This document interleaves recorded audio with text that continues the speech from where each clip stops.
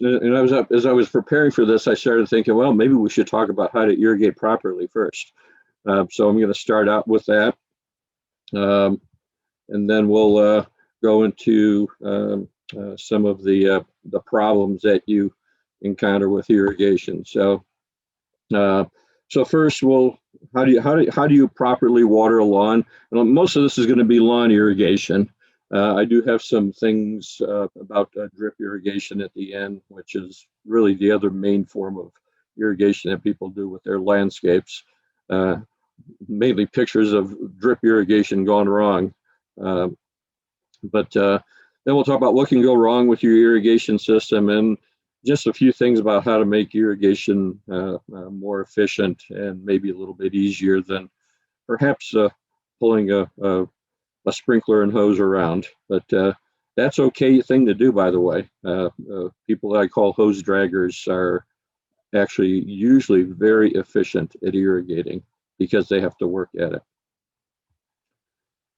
Something I'd like to start out talking about is how much of the water used in the state of Colorado does go onto landscapes. And a number of years ago, Allison and I and a colleague, Zach Johnson, here in the Department of Horticulture, we wrote I guess you would call it a white paper, a little document on what we call the hidden value of landscapes. And it addressed what are all those values of landscapes that we oftentimes don't think about when it comes to, especially when it comes to irrigating. Sometimes people feel guilty about irrigating their landscapes. And one of the main things we wanted to encourage people to think about is that about 3% of all of the state's water is used to keep our landscapes green. And as part of that includes golf courses and schools and cemeteries and commercial lawns, all those landscapes. And it's not just the turf part, it's also the trees growing in those landscapes that benefit from this irrigation. And the other 97% approximately goes to all these other uses, including water that flows out of our state to Nevada and California and those other states in the Colorado River Compact. And maybe you've been hearing about that a little bit lately if you pay much attention to water in the news. But if you want to read more about this, and I would encourage you to look at this. It's an easy read. It's lots of pictures, not a lot of text, and I think if anything, it'll make you feel better perhaps about your own personal landscape, but also the landscapes that you see around you in your towns and cities where you work and play, and maybe not think so harshly about irrigating those landscapes. Now that said, while that 3% number is fairly low, and it used to be somewhere around 6%. So when I first came here 30 years ago, that was the estimate. About 6% of the state's water went on the landscape. So even though population has increased dramatically, efficiencies in irrigation and really people just paying attention to what they're doing and learning how to irrigate more efficiently has decreased that percentage. So we've improved things, but we can always do better. And that's really kind of the point of this presentation today. So I want to start out with this, and here's your quick and easy out. If you want to cut to the chase, and this is kind of that refrigerator magnet of how to water a lawn in Colorado. This works in Fort Collins and Greeley and Grand Junction and Colorado Springs and Pueblo, wherever you might be watching from. It's up in the mountains, you probably wouldn't be watering in May and October.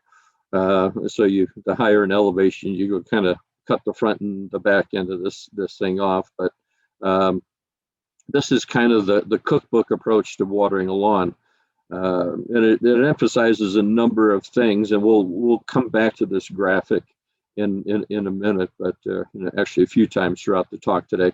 But it does show, this is common sense, that in July and August, we should be irrigating more and more frequently than in May and October. That's pretty common sense to people. Unfortunately, it's not mainly maybe common sense to your irrigation controller. which might be set to perpetually water like it's July or August. So if you're not paying attention to your irrigation clock and your controller, and when those irrigation heads pop up in your lawn, and maybe you have it programmed to come on at 2 or 3 or 4 in the morning, that's a good thing. But if it's watering in May, it's the same way as in July and August. That's not a good thing. That's wasting water, applying way more water than the landscape needs. So this is a nice guide. I would call it a conservative guide. This is going to keep your lawn probably on the greener side generally. But it's a pretty good kind of a starting point for people that move here from somewhere else and have never had to irrigate their lawn. So this idea of running an irrigation system is a new concept. This is a place for them to start. But then what I encourage people to do is to fine tune things. And as you learn your lawn and your landscape, the sunny parts versus the shady parts, and you learn about your sprinkler types and your soil and how much water you can put on it at any one time, you can fine tune this and really, even beyond what's in this graphic, reduce the amount of water you apply to a landscape. So a good starting point, but it is conservative in many cases. Now, people ask, where do these numbers come from? How do we get to these 2 cycles of 9 minutes for the sprays, or the 2 cycles of 19 or 20 minutes for the rotors? Where do those numbers come from? And I had a master gardener also ask recently about in their paper, it says if you haven't watered your lawn for 3 days, apply this much water. So what does that those numbers mean, and where do they come from? And so there's a number we call ET, and this is taken from the city of Fort Collins water conservation website. Just today, I went there to see if they were still doing this, and they do. So you can see here, they say if you haven't watered your lawn, and this is as of today, July 14th, if you haven't watered your lawn for 3 days or 4 days or 5 days or 6 days or 7 days, what that ET value stands for evapotranspiration. That's basically plant water use. And you can see the number keeps going up. So every day from 3 to 4, 4 to 5, the number increases. So the amount of water that the plant has needed in those number of days has been accumulated in this graphic. And then what they do is they say, well, if you've got nozzles that apply about 0.4 of an inch per hour, and you haven't watered for 7 days, do 4 run times of 27 minutes to put on enough water to replenish the amount of water that's been used in that 7-day period. So that's a way that you can irrigate your lawn. So the tricky part is finding this information. So if you're in Fort Collins, lucky you can go to the Fort Collins website, water conservation website, and find this information. And this would probably work pretty good, pretty good for Loveland and pretty good for Windsor. Probably okay for Greeley, although it might be a little hotter and drier out there. So the numbers might be a little higher, but you get to Pueblo and Grand Junction, I guarantee the numbers are going to be higher than these. So this has, if you can get the local information, this can be very useful. What is ET real quickly? It's a combination of evaporation, which is water just evaporating from a surface. So that could be from the soil or a plant. And then transpiration, which is water that goes through a plant. So it goes from the soil into the roots, out through the leaves. And this is how plants cool themselves, is by transpiration. It's kind of like perspiration for human beings and animals. Plants transpire, they don't perspire. But if they didn't transpire, they would die of overheating. So most of the water that you apply to a lawn or to a tomato plant or to a rose bush in your yard or to a tree, most of that water is used to cool the plant.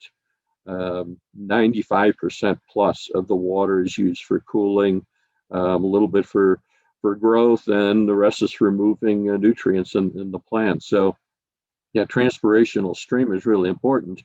So basically what happens is when we run out of water in the soil and the plant can't get water out of the soil anymore, it can't transpire, and it starts to wilt. And so you see this happen with your house plants, you see it happen with your lawn, with your tomatoes and your containers out on the patio. If you forget to water them for a few days, the plant just can't stay turgid. It can't, its cells lose water in an attempt to cool itself, and it can't get water out of the soil, so it wilts. And that's the reason that plants wilt.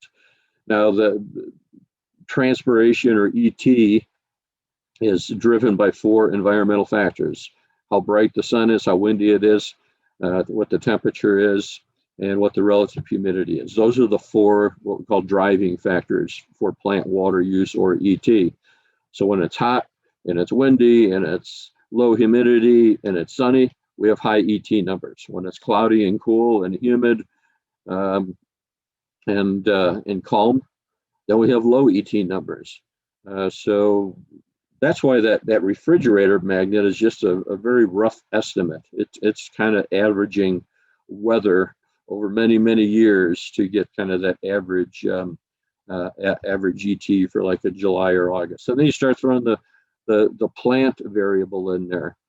So generally bluegrass lawns and fescue lawns need more water more often than buffalo grass or blue grama lawns or Bermuda grass or wheatgrass.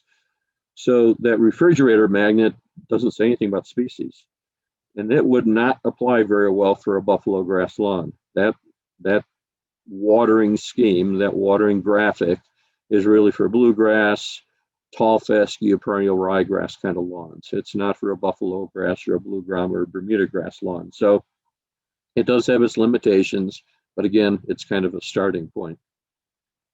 Then you start throwing in rooting depth, and that brings into account soil compaction, soil type, soil depth. So you can see there are a lot of factors involved in irrigating a lawn, or any plant in the landscape for that matter, that really have to be factored into how much do I water, how often do I water, that type of thing. And that's why it's not an easy question to answer. There's no short, easy, water this much for this many minutes, over this many days. You really can't do it reliably or accurately because there's so many variables. So again, back to this graphic, it's useful as a starting point, but I would encourage people to find ways of maybe increasing that frequency, or how many days between watering. So if you can water every 3 days, that's better than watering every 2 days. If you can go every 4 or every 5 days, that's even better. I was somewhere else and was talking about she hadn't watered her lawn for a week and it was looking beautiful. So you have to take into account the recent weather, the rain, the health of your lawn, the density, the species of grass. There's so many factors that you really should take into account with lawn watering, that, again, this graphic is just kind of a starting point, and a very conservative one, I would add. You should have a really nice green lawn if you water your bluegrass lawn using this, and you'll have a super green buffalo grass lawn if you use this. I would not encourage this for buffalo grass. A problem with this one, though, is what if we have absurdly windy and dry and hot conditions for long periods of time? You've set your irrigation clock and you go on vacation for 2 weeks and it underwaters your lawn. You could come back to a lawn that looks like this, okay? And that is a possibility, okay? Conversely, what if it's a cool, cloudy, rainy period and we get early monsoon and you went on vacation and you left it irrigating? You could come back to an over-irrigated lawn. So that's the problem of using an automatic irrigation system. I would say setting it and forgetting it, which often people do. And people say, well, that's the purpose of an irrigation system. Well, not really. It's to make irrigation easier and maybe more efficient, but it's not meant to make it lazy. And unfortunately, I think irrigation systems too often make for lazy irrigation. And people tend to over irrigate, and they irrigate too frequently. And they just don't want to think about it. They got golf to play and grandkids to play with, and they just don't. It's the last thing they want to think about. So we'll talk about how do you work your way around that. Are there solutions to that if you still don't want to think about it? But an alternative to that is if you're a plant geek, and I would imagine if you're listening to this talk at noon in the middle of July, you're probably a plant geek, and you want to learn more about lawns and irrigation and plants and soils and that type of thing. So folks like you who want to refine your irrigation technique, let's talk for a minute about what I call easy lawn watering. And I put the easy in quotations because it's not really easy. Okay. So one of the important things is to watch for signs that your lawn needs to be watered. And there are a number of signs that a lawn or a house plant or a tomato grown in a container on your patio will give you, but the most visible one is wilting. And lawns wilt just like a tomato in a container, or just like your philodendron in your house will wilt if you don't pay attention to it. The lawn will tell you when it needs to be watered. So as part of this easy lawn watering technique, and we'll go through each of these steps. So I'll come back to the slide, so don't panic when I switch here. The first thing to do is to turn your irrigation system on off. Take it off the autopilot, okay, and turn it off, okay? And then just kind of wait until that lawn is going to show you that it needs to be watered. So you can start doing this today, or you can start doing this with your first irrigation in the spring, back in April or May, whenever you start watering your lawn. Start with that irrigation system off rather than on autopilot and just watering every other day, whatever schedule was put on there, maybe by someone else, maybe by the person who laid your sod 3 years ago. Who knows who sets these irrigation systems? So turn it to manual, and you're going to learn a little bit about your irrigation clock, but you're going to learn a little bit about your lawn as well. So your irrigation controller's off, and you start saying, okay, how do I know when my lawn needs to be watered? Well, it's going to give you a few signs. Or some people like to use tools, if you will. And it doesn't have to be a sophisticated one. It could be a nice, sharp little screwdriver, or some kind of metal probe that you can stick in the lawn. And when you can't get it in, it's like concrete, and the lawn's maybe wilting or turning a little crusty brown around the edges. You say, okay, it needs to be watered. Okay. Another sign is something we call footprinting. So this is an early sign of wilting on a lawn when you can see footprints that were created a few hours ago. Here's just some more pictures of footprinting. Okay. And this is the lawn wilting. This means that the plant's not getting enough water out of the soil. The leaves have lost their turgidity, and so they're kind of wilty. And then you step on them, and then you can see footprints. Okay, now are those leaves dead? No. If you waited another 2 days to water, or maybe another day to water, and then you walked on the lawn or rode your riding lawnmower, or put mowed that lawn, you might start to see wheel tracks and footprints in that lawn where you do kill those wilted leaves. So this is an early sign. Sometimes you get a little bit of discoloration. You can see a little discoloration here. You get some little blue-green coloration happening in the lawn. That's when the lawn should be watered. If you wait till it turns brown or till it makes crunchy sounds when you walk on it, that's probably a little too long between watering. So look for these signs of wilt, and then put as much water on as you can without getting runoff. And I intentionally put this picture in here to show you runoff. We don't want this happening. So in that graphic I showed you earlier, the other important thing from that graphic was what we call soak cycling.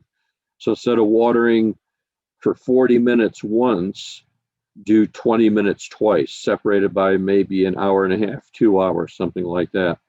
And what that does is it reduces the potential for water to run down. Water follows gravity. And if you're putting water on faster than the soil can take it in, It's going to run off into the street, on the sidewalks, into the storm sewers. It's going to puddle in the low spots in your lawn. This is more likely to happen with the pop-up sprays, which is what you're seeing in this picture. These are pop-up sprays. They put water out, a lot of water out in a very short amount of time. So the key here with the easy lawn watering is put a bunch of water on. You're trying to fill up the root system with water, like a good, nice soaking rain. That's the best way to think about this easy lawn watering technique, is to fill up the surface as many inches of soil as you can. And realistically, that's going to be probably a couple inches of soil, maybe 3 or 4 inches, depending on your soil type.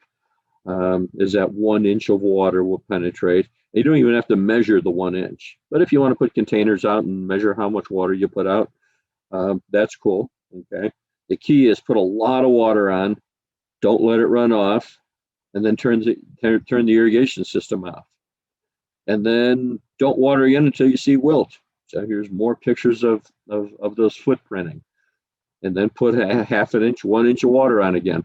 And so what you're doing there is you're letting the lawn tell you when it needs to be watered, rather than having the irrigation clock go on every other day, every other day, every other day, or every 3 days. So if we get a stretch of weather where it's cool and calm and cloudy and humid, you might water every 6 days. But if it's hot and dry and sunny and low humidity, and it's windy, you're going to maybe water every other day, like your irrigation clock would run. Okay, so you're letting the lawn system tell you when it needs to be watered, not just that setting on the irrigation clock. So I would encourage you to try this easy lawn watering technique, and it works pretty darn well. Here's the one thing though, is if you're a hose dragger, we also encourage watering from 9 at night till 9 in the morning, somewhere in there.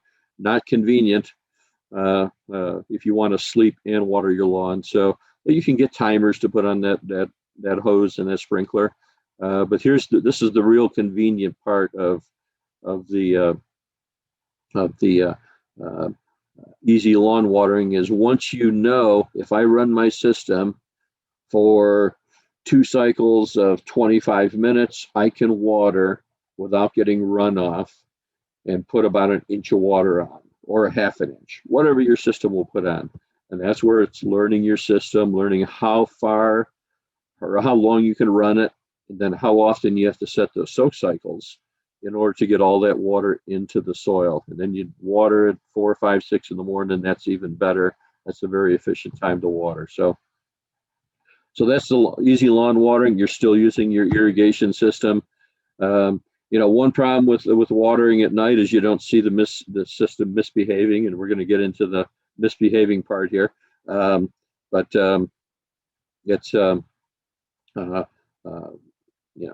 Heads can go bad. They stop turning. They water the sidewalk or the street. So turn your system on every once in a while during the day, and watch it operate for a few minutes. Don't just watch it for 1 minute. Sit there and get a cool drink and sit in the shade and watch the system go, and see if you see any heads misbehaving, if you see water going where it's not supposed to, or conversely, if you've got a dry spot in your lawn, it's like, okay, why is this happening? And a lot of times by watching that irrigation system run, you can pinpoint that head that's not turning all the way, or it's too low, or it's crooked, or whatever the case might be. So watch the system run a little bit when you can see all those heads running. So that's the easy lawn watering technique. It's not necessarily easy because it requires paying attention to the plant, and it's really, I'd say it's no different than watering house plants in your house. Hopefully you don't water your cactus the same way you water a philodendron or a Dracaena, or whatever the case might be, or an African violet. That's a great example. Cactus and African violets should be watered totally differently. If you water them all the same, you're probably overwatering one and underwatering the other, and probably killing one or killing the other. So paying attention to the lawn is really no different than paying attention to those plants in your house or in your containers on your deck. So pay attention to that lawn, and you can really save a lot of water as opposed to kind of setting it and forgetting it. But if you want to set it and forget it, we'll have some tools you can use to refine your irrigation system in a little while here. So what are some problems that can happen if you water too much or too little? Let's start with the too much. Obviously, you're going to have higher water bills. You're going to have grass that's, I call it squishy. When you walk on it, it makes sounds that aren't good. You're going to get shallower roots. The roots stay at the surface because that's where the oxygen is. It also causes shallower rooting of your trees. So if you've got a landscape where you have a lot of surface rooting of your trees, that could be an indicator that at least sometime in its life it's been overwatered or watered too much. Turf that's overwatered has poor drought resistance. So if you water way too much in the spring and then towards the end of the summer, all of a sudden your neighborhood or your HOA or your city or whatever puts watering restrictions on, says you can only water twice a week according to your zip code for this long, your lawn may suffer because it's not acclimated to that less frequent watering. So stretching that interval between irrigation events really increases drought resistance, and actually it does reduce the rate at which plants use water. It reduces their ET rates, and that's a good thing. It makes them tough. You'll get more rapid thatch accumulation. You'll get more grubs. So grubs, the female Japanese beetle, if you're in a part of the state where Japanese beetle is a problem, the female will seek out very well watered lawns for egg laying. So that starts that cycle of Japanese beetle. And that's one way to reduce Japanese beetle problems in a neighborhood, or at least in your own landscapes, is by keeping your lawn drier between irrigation events. You'll get more weeds, and obviously you're going to have higher water bills too if you overwater. So one of our most severe lawn disease problems is necrotic ring spot, and it's a watering problem. While it's a true disease, it is a watering problem. And this is a root rot fungus. So you're not going to see this as a problem where you're watering more conservatively and letting that soil dry out between irrigations. Again, surface roots on trees. Trees are like the turf. They're going to put their roots where the oxygen is. And if that water or the lawn is watered too much, you're going to have much more prevalent surface rooting of trees. Mushrooms. So whenever people tell me, oh, I got mushrooms. Now, sometimes this happens after we get a real rainy period, and then everybody gets mushrooms in their lawn, okay? But when we get rain and then their irrigation is still running during the rain, you get these very, very moist soil conditions. That's conducive to mushrooms popping up in your lawn. So kind of an indicator, if you've got mushrooms and the neighbors don't, that you might be a bit on the wet side.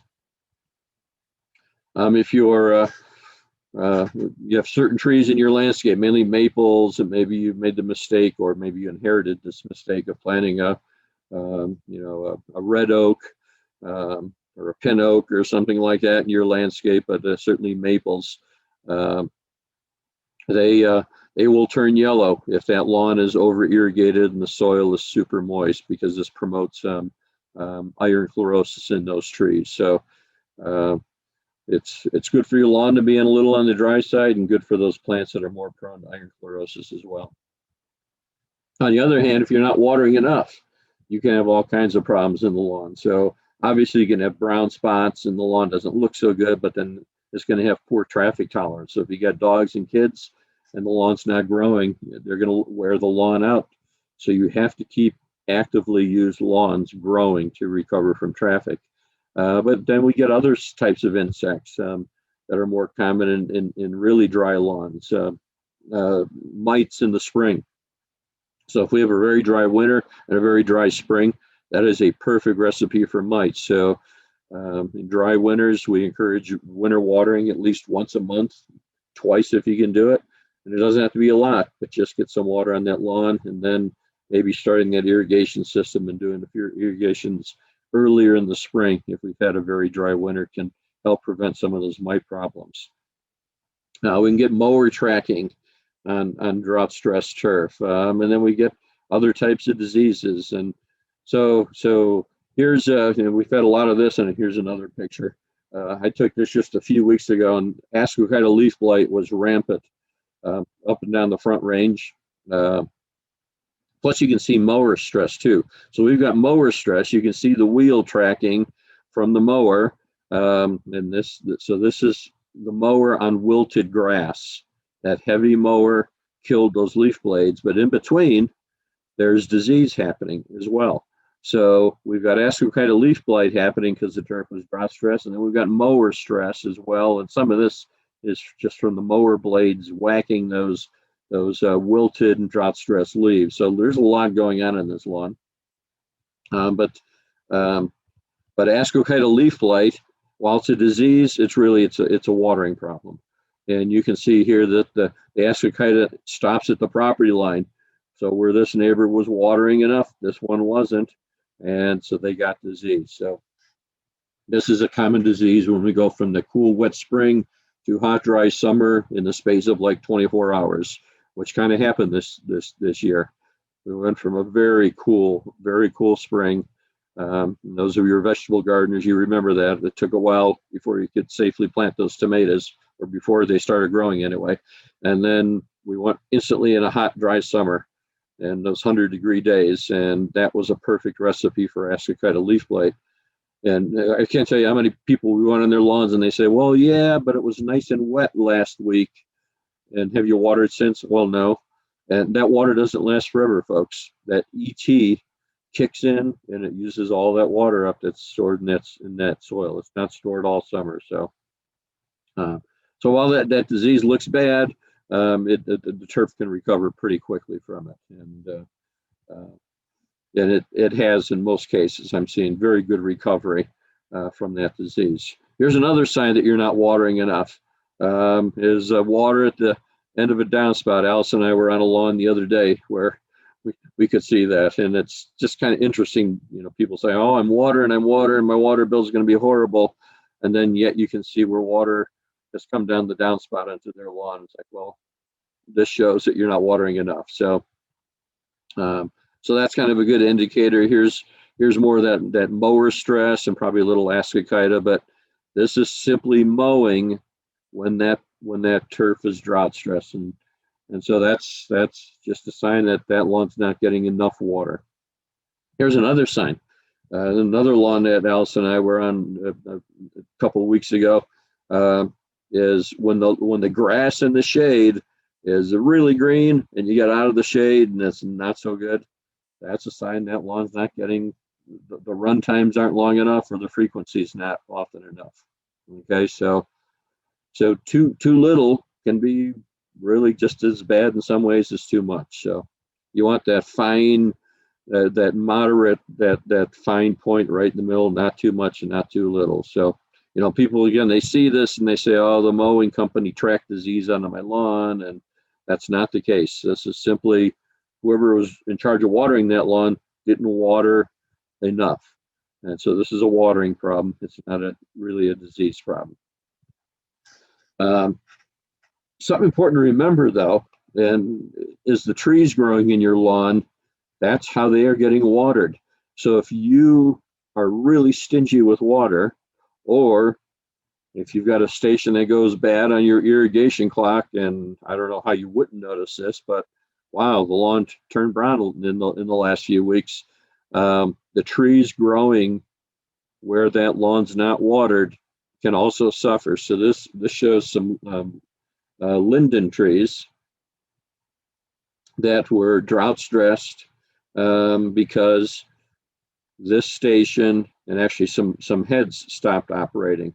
And so look at the stress on that tree compared to the one back here. So that wilt shows up really, really quickly on those trees. So trees growing in your lawn are highly dependent on that lawn irrigation for their health. And that's why during watering restrictions, when they say you can't water your lawn, but you can water your trees, it's really important to put out drip, that leaky hose, or put out a hose and water those trees because they're going to suffer relatively quickly if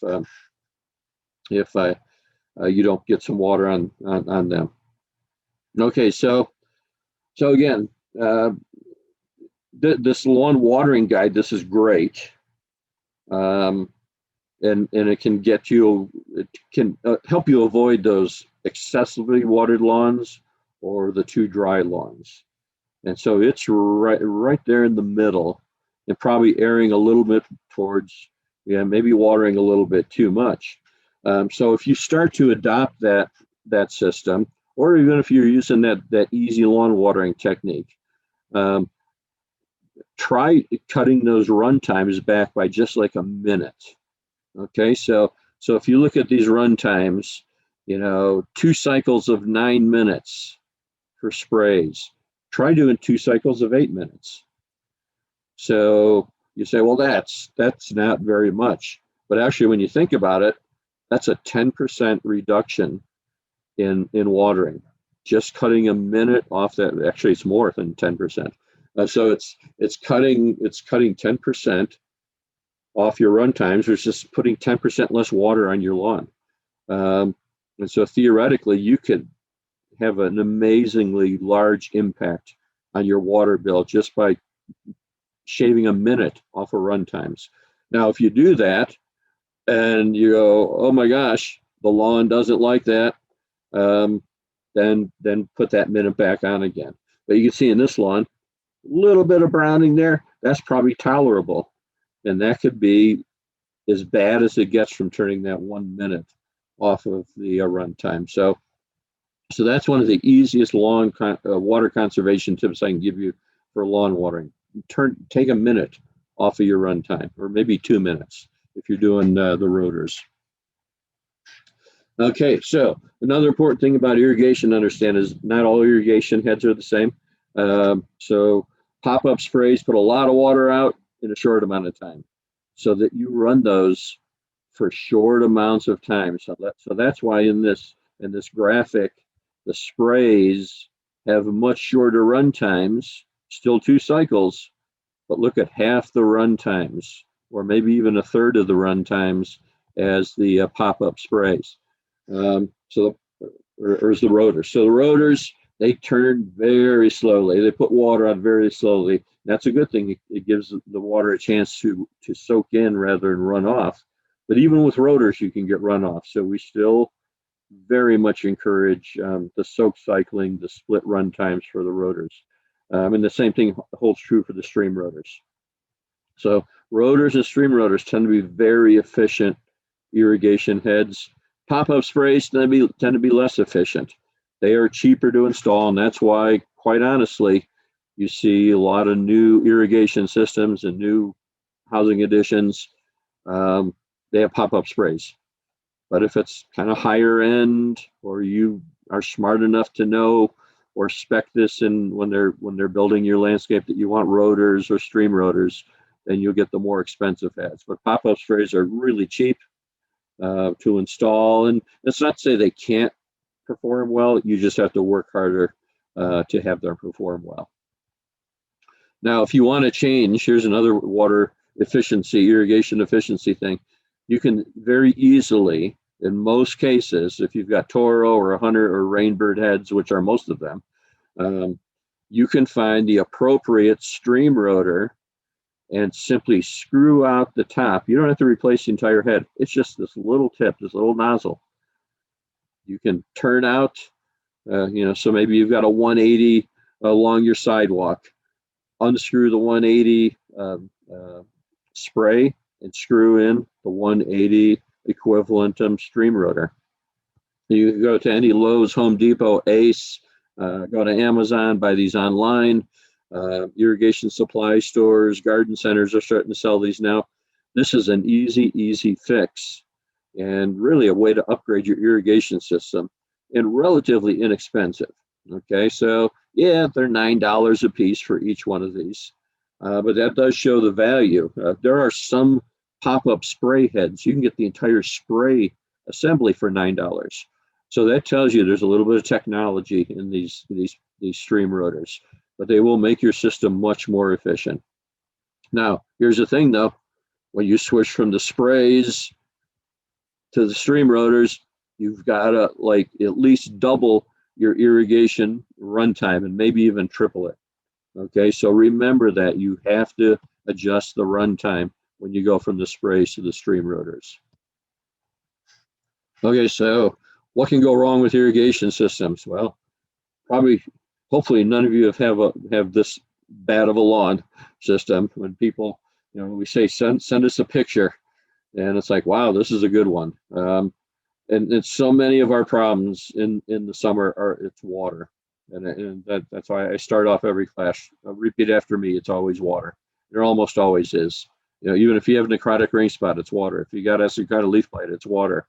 In some ways, if you got Japanese beetle problems, it might be water, at least if you have a severe one. So many of our lawn problems are related to how we water the lawns. So what can go wrong? Just so many things. Bad design from the beginning. Bad pipe sizing, not enough pressure, poor spacing, installation isn't done correctly. Maybe it was a good design, but the company that installed it went cheap. And they put in cheap nozzles. They spaced things out too much. They didn't put the right size pipe in, whatever the case might be. So, systems get old and things break, just like your car, things go wrong on your car. As people build, as you get more houses in a subdivision, a housing addition, HOA, that water demand increases. And so you can't deliver as much water and the pressure goes down. And so you get water distribution problems with irrigation systems. So, and then a huge amount of it is maintenance. People just don't pay attention to their irrigation systems. They'll change the oil in their car every 1,500 miles, but they won't check their irrigation heads but once every 10 years, or they just have the irrigation guy do it. And they say, oh, I got an irrigation guy. He turned it on and he said, everything's good.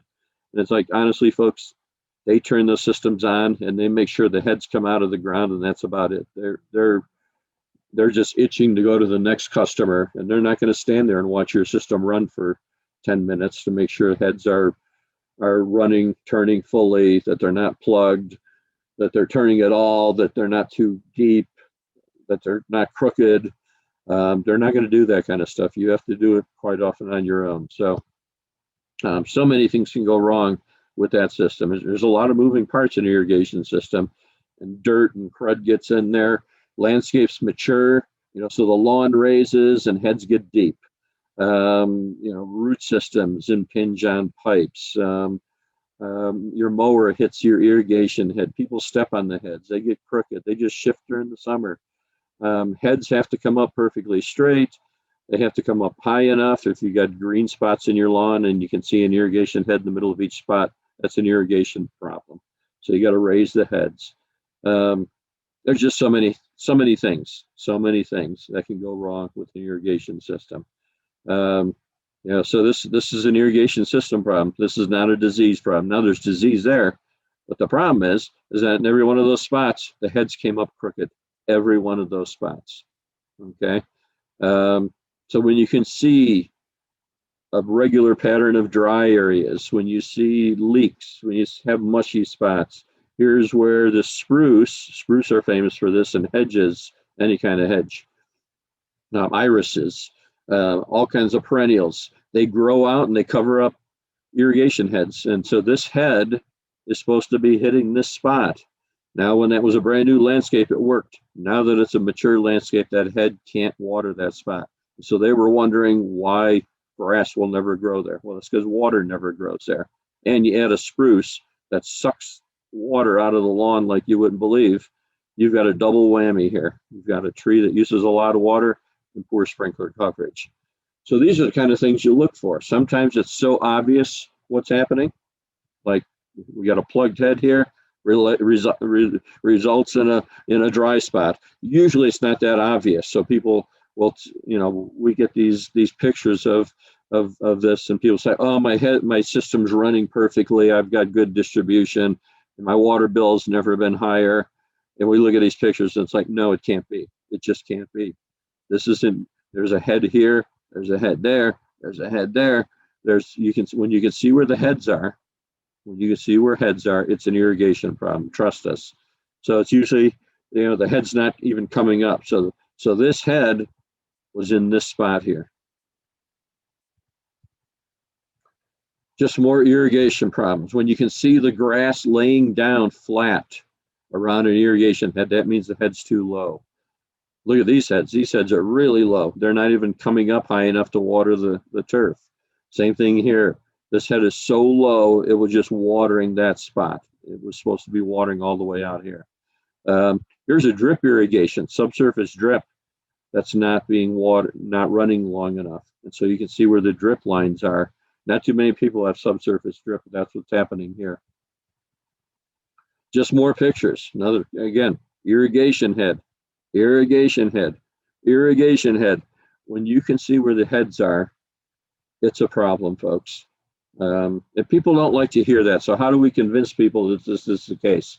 So we take these fancy containers. They don't have to be fancy. They can just be little containers like this, cat food cans, yogurt containers, drinking cups, pieces of Tupperware. Put containers out on the green spots and then put some on the areas where the lawn doesn't look so good and run the system for 15 minutes. And then measure how deep the water is in there. And you may find only 1/10 of an inch difference from here to there. But the other way to look at that, that's twice as much water on this spot as here in 15 minutes. Just imagine that. And then extrapolate that over an entire growing season. Then the light bulb goes off in people's heads. Oh, twice as much water here as there over an entire growing season. Then they understand why they don't have grass growing in that spot. Even though the sprinkler is hitting it, it's not hitting it the same way that it's hitting that spot. So this is kind of doing an irrigation audit. Some towns you can get the water conservation folks come out and do an irrigation audit, but you can do it yourself. And so here's a before and after picture. This is from a few years ago, and we didn't even go and visit this property. And this might have been a master gardener. I can't remember. Allison got these pictures actually. And this lady sent the picture. Here's the before. She says, "What's wrong with my lawn?" It's like, "Oh, well, you got an irrigation problem." Described how to do this coverage check with the containers. And they wrote back and they sent an after picture, which very rarely do we get. But we like the success stories. And they said, "You were right. It was the irrigation heads." So this is just a few weeks difference. And them doing the thing with the cups, nothing fancy, doing that kind of thing. And that's what it took to convince them that it was an irrigation problem. So do those kind of things. Okay, irrigation technology. What are some other things you can do if you want to set it and forget it, but you can still irrigate efficiently? So there are some great soil moisture sensors out there. Toro, Hunter, Rainbird have soil moisture sensors that you can put out in the lawn, and they will tell the irrigation controller when to turn on and off based on soil moisture in the lawn.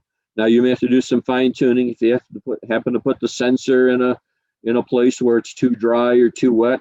If you use the Toro one, you can move it, because this one, it just stomps into the ground. It sets kind of on the surface, and it's got some prongs that go into the soil, and it wirelessly sends a message to this little thing. And then the nice thing about the Toro one is it can interface with a Rainbird controller or a Hunter or an Orbit. It can interface with just about any irrigation controller. That's kind of a cool thing with the Toro one. But if it's in a wet spot, move it to a more moderate spot. Or if it's in a dry spot, move it to a more average spot. Okay. That's what it looks like. So you can remove it when you aerify and that kind of thing. So easy install. It's wireless. That's kind of a cool thing. Hunter Irrigation has one, and these are more hardwired, a more sophisticated, if you will, soil moisture sensor. And that's kind of a cool thing. Rainbird's got its own soil moisture sensor. So each company's got their irrigation or soil moisture sensor that Rainbird calls theirs the Smarty, if you will. And so you may have to do some digging, but they give you great instructions, and there's great YouTube videos for all of these now online on how to install them, how to wire them properly. And so you can, this is a true, you can do it yourself kind of a thing, even if you're not real handy with that kind of stuff. And it's all low voltage electricity, so you don't have to worry about getting a shock or anything. And then here's the Rochio irrigation controller, made here in Colorado. It's a Denver company. They've got this amazing smart irrigation controller, and you can see the reviews, the ratings on Amazon for this thing. 1,200 almost 5-star reviews. This is a smart irrigation controller. This uses local weather information to drive the irrigation system, but now they're also making it so that you can interface it with soil moisture sensors to make it even more refined. It's got this great phone app where you can turn things on and off with your phone. It interfaces with Alexa. What more could you want? Okay.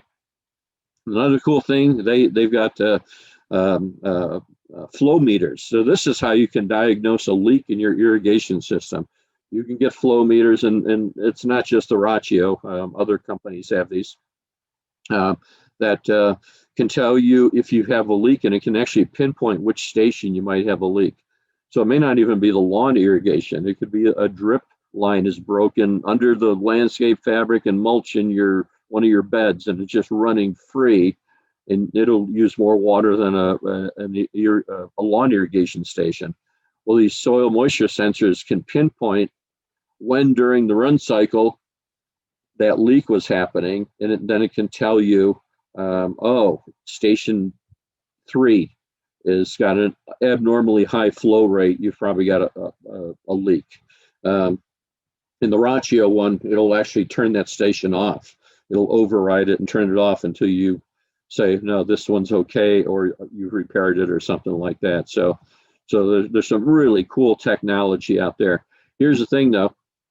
A smart controller like the Rochio or Toro's got smart controllers, Rainbird, Hunter, they've all got smart controllers. Smart controllers will not fix bad irrigation design or heads that are crooked or low or leaky or broken or plugged or not turning. So fix that stuff first and then get your smart controller. And a smart controller is only as smart as the person who's installed it and running it. So they don't come smart. You still have to program them.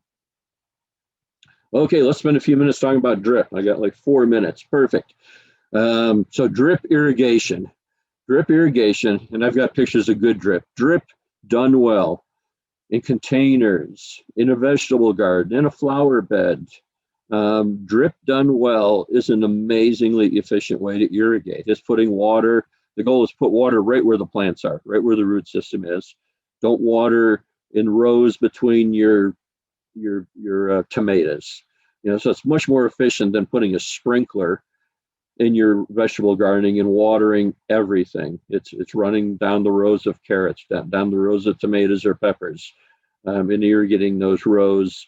Another way of defining this is micro irrigation.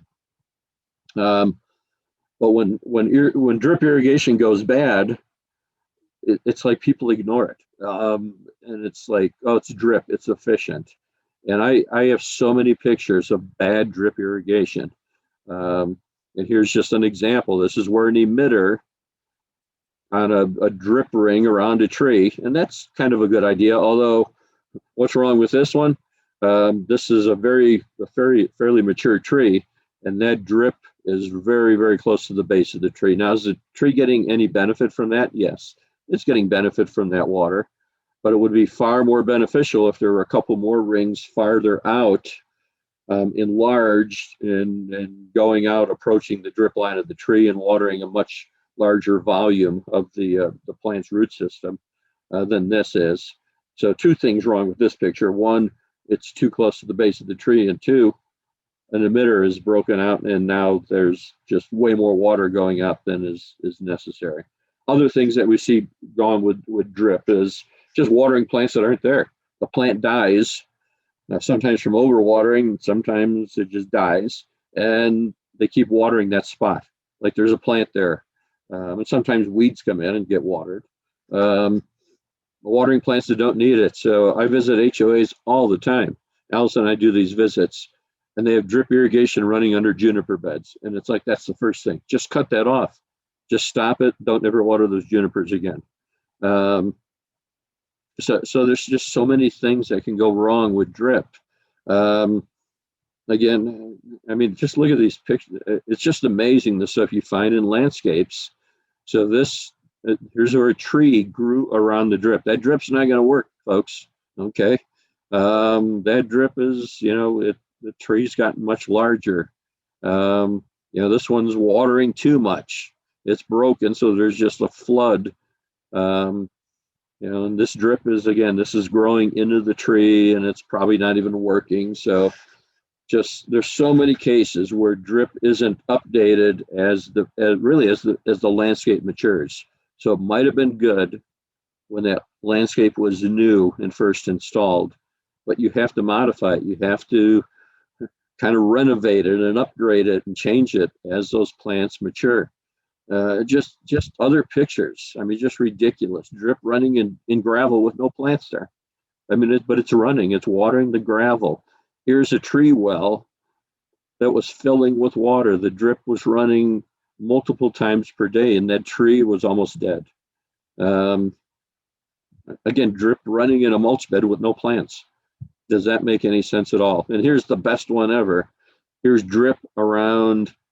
Now, who installed this? I have no idea, but they put drip around the concrete light post. It's not going to grow any taller if you water it. Another problem with drip, and we see it gets installed under landscape fabric or weed barrier, which if you've listened to any of us rant about this, and this is one of the main reasons not to put weed barrier or landscape fabric in your beds, is if you're going to put it in, do not put the drip under it, because if you have to repair it, you have to pull all that stuff up. It's much easier if you just have drip and then mulch over the top of it. But this is a Zauschneria, that what do you call it, the creeping hummingbird vine, I guess, or I call it Zauschneria because I can never remember the common name. But Zauschneria is a dry plant. It's a xeric plant, and it was getting flood irrigated literally because the drip irrigation came uncoupled under the weed barrier. So just too many strikes against the plant was great, but the execution of planting the plant was really bad. People always want to know how do you know how long to run your drip? That's another whole hour talk. And actually next week you have a talk on drip irrigation that you can attend. But here's and all the companies have these. Here's a Hunter company has a drip line calculator. So this is kind of a cool thing. You can put in your zip code, so it starts taking into your where you live, and it basically kind of leads you through how to program your drip irrigation. Now this is considering that you put the same type of emitters on each run of drip and all that good smart design stuff, which unfortunately oftentimes doesn't happen. But drip irrigation, learning how to run drip really it's not an easy thing. And that's why you need a class in it, which is a lead into on July 22nd, 8 days from now. So I guess that's on Thursday. There's going to be a class on drip irrigation. So I would really encourage you, if you have drip or you want to start using drip, pay that $10 to listen to this person talk about drip irrigation and how to install it. And I'm sure they're going to talk about how do you learn how to run it. And really what it comes down to, folks, is going out and sticking a finger in the soil. That's one of the easiest ways to know if your drip irrigation is working properly, and watching the plants. And if they're dying because you've got a swamp in your drip system, you're watering too much. If they're dying and turning brown, you're not watering enough. So that's another whole talk, is drip irrigation. But just wanted to throw some bad drip irrigation picks in there. As always, you can contact me by email. Some irrigation problems, although don't be frustrated when I say, did you listen to my talk? It's your irrigation system. Don't tell me no, it can't be. Although sometimes it isn't. But if you do have lawn problems, feel free to text them to me. And if I ignore you, it's not intentional. Remind me that you sent me a text. Okay. Really, I'm not offended if you say, hey, I texted you 2 years ago and you didn't respond. Remind me. And then we've got lots of great information and extension to help you answer any of those landscape problems, not just turf, but trees and veggies and flowers and all those kind of good things. So there's all those good resources for you. So